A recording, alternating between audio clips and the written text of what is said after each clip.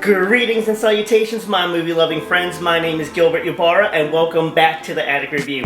On today's episode of Tar, I want to talk about the tale of unseen friends in Imaginary.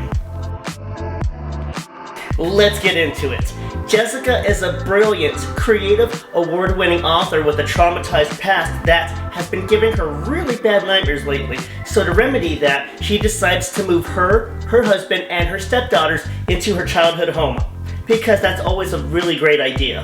Her husband and stepdaughters are digging the new house, and the youngest, named Alice, gets attached to a new best friend that she met down in the basement.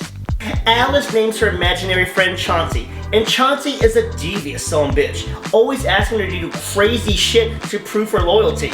This abusive bear is toxic. Thank goodness Jessica picks up on what's happening and gets more answers to her shitty past from her neighbor who synced it. She witnessed what broke Jessica and her family all those decades ago. And there was way more than Jessica remembers, including having an imaginary, sinister best friend that happens to have the same name as Alice's new best friend. I think you already guessed it. That little bastard is Bad News Bears, and only Jessica can save Alice's life, and the fight against Chauncey is on till the break of dawn. And that's all I'm gonna give away for the most part. Imaginary. Well, there's good PG-13 horror, and then there's bad PG-13 horror. And this one leans more towards the not so good.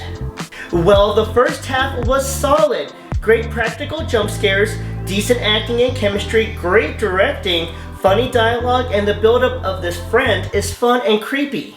But somewhere towards the middle of the movie, something weird happens, and the tone felt like a completely different film all of a sudden. It went from tense and ominous to feeling like a very long episode of Goosebumps, which bummed me out because I was really warming up to this movie.